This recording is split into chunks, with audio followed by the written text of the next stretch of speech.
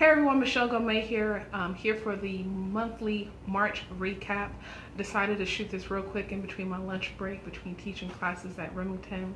So March was an easy month, a smooth month. Nothing too high and definitely nothing too low. Just a nice consistent month. So of course still teaching, but teaching strong, no breaks, just keep going. So I've been working a lot, which has not necessarily given me the dedicated time to catch up on business things. I've been postponing podcast interviews, requests, and a couple of other things, but making it work. It is what it is, right? Now, in regards to my podcast, Networking with Michelle, I have gone out on a limb here. This is something I've been debating back and forth off and on for the past 2 years that my podcast has existed. And this month I decided to produce 2 episodes a week. Yes, 2 episodes, Monday and Wednesday. You can catch a new episode of Networking with Michelle.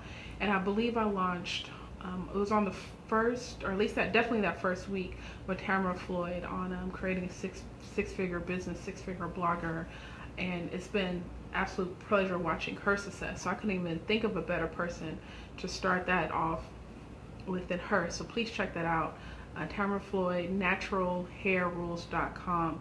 And we talked about her journey, of course, the journey of going natural from 2006 and documenting that and how she has evolved as not just a blogger and a businesswoman, but as a mother, as a wife, and just that whole process. A lot of jewels in that episode.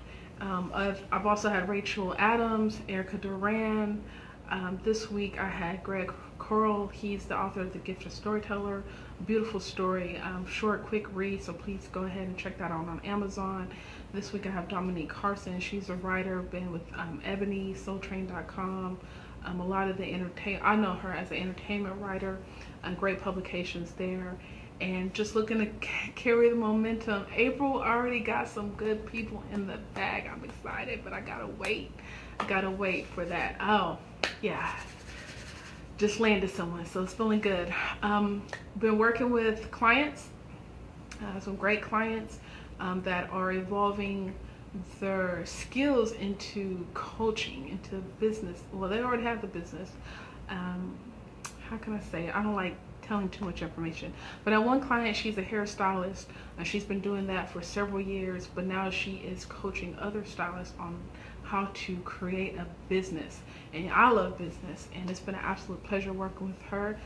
So we've just been knocking out these sessions on a bi-weekly basis, one by one, getting her up to par on all the aspects of online marketing, sales funnel, creating a team, how to find different people, how to get these resources, giving her resources and showing her how to get to other resources in order for her to carry her business further. Because when you carry your business further, you're able to carry your clients further, right?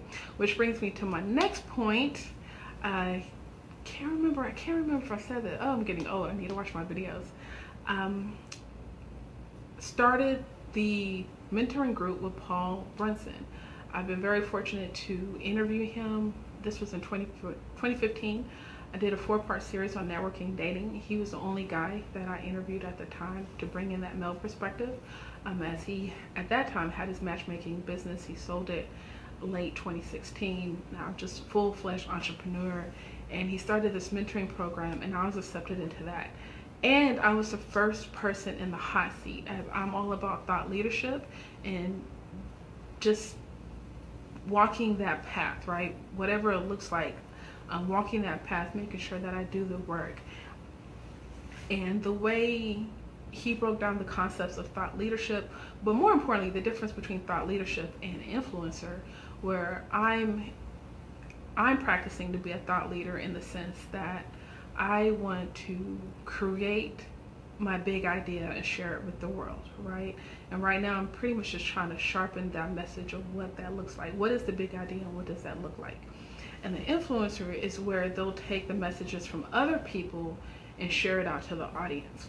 And he has reshaped my thinking in the sense that for the past several years, some people consider me an influencer, and that's great. I take that as a compliment. But I've been targeting the masses where I need to narrow it down and target the influencers so they can help spread my work to the masses, to their followers.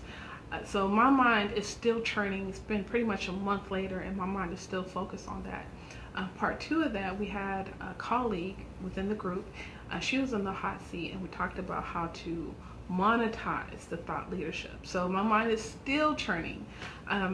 Just the past, pretty much the past month, but 2 weeks of coaching, or 2 coaching sessions, has been absolutely great. So much information, so much. I already struggled with all these ideas and creating time for those ideas, but the mentoring from Paul has been incredible. It has been absolutely valuable and priceless, and I'm just taking it all in. And I'll say this, I'm going to wrap up with this. Whoever you decide to get as a coach and a consultant when it comes to your transitions, whether it's from employee to entrepreneur, or you're an entrepreneur starting out and it's in the beginning where you're in that phase of 0 to 3, 3 to 5, etc., etc. You need a coach, but you need that coach or consultant that's also getting coached and consulted on, right? As you're investing in your business and your brand, you want someone that's also investing, because it's a synergy there. So whatever they're getting coached on, trust me, they're bringing it back to you. So their coaches at C, for, I guess in this case, I'm B, right? I have a client, I'm B, Paul would be C, right? So anything that Paul is sharing with me that I find that can be applied, relevant and applied to my client, I'm bringing it back to her. And I think that's the beauty of having a coach, having a consultant. You just can't have someone that is not investing in themselves. But what are they doing to invest in themselves and invest in you? Whether this is beyond reading, but attending conferences, having a coach or consultant on their end as well, having a mastermind group. Invest in someone that's investing in themselves as well. Now I'm gonna leave it at that. As always, I believe in you. I'm excited about my future, your future. So many good things are happening. Can you believe this was just the first quarter? It went by so quickly. And here we are on April 3rd, the beginning of the second quarter. And I'm already excited.